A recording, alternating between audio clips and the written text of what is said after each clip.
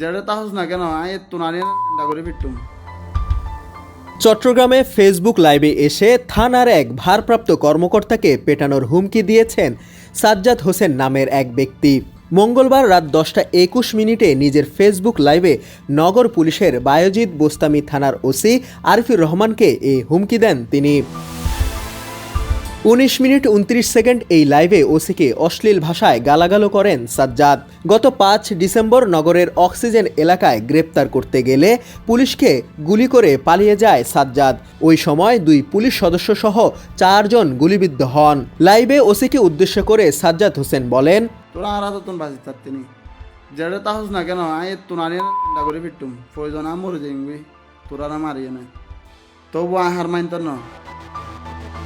তার বিরুদ্ধে হওয়া মামলাগুলো দাবি করে লাইভে সাজ্জাদ পুলিশ কমিশনারকে তদন্ত করতে বলেন। এ বিষয়ে বায়েজিদ বোস্তামি থানার ওসি আরিফুর রহমান বলেন, সন্ত্রাসী সাজ্জাদের হুমকির ঘটনায় জিডি করা হয়েছে। ইতোমধ্যে তার কয়েকজন সহযোগীকে গ্রেপ্তার করা হয়েছে। তাকে গ্রেপ্তারের অভিযান অব্যাহত। ওসি আরিফুর আরও বলেন, পুলিশের সাঁড়াশি অভিযান শুরু হওয়ায় সাজ্জাদ মিথ্যাচার করছেন। এদিকে সন্ত্রাসী সাজ্জাদ ধরা না পড়ায় নগরের বায়েজিদ বোস্তামি, চান্দগাঁও, পাঁচলাইশ ও হাটহাজারী থানায় প্রায় 3 লাখ বাসিন্দা আতঙ্কে রয়েছেন। এলাকায় তার চাঁদার দাবির বিষয়টি অনেকটাই প্রকাশ্যে চলে।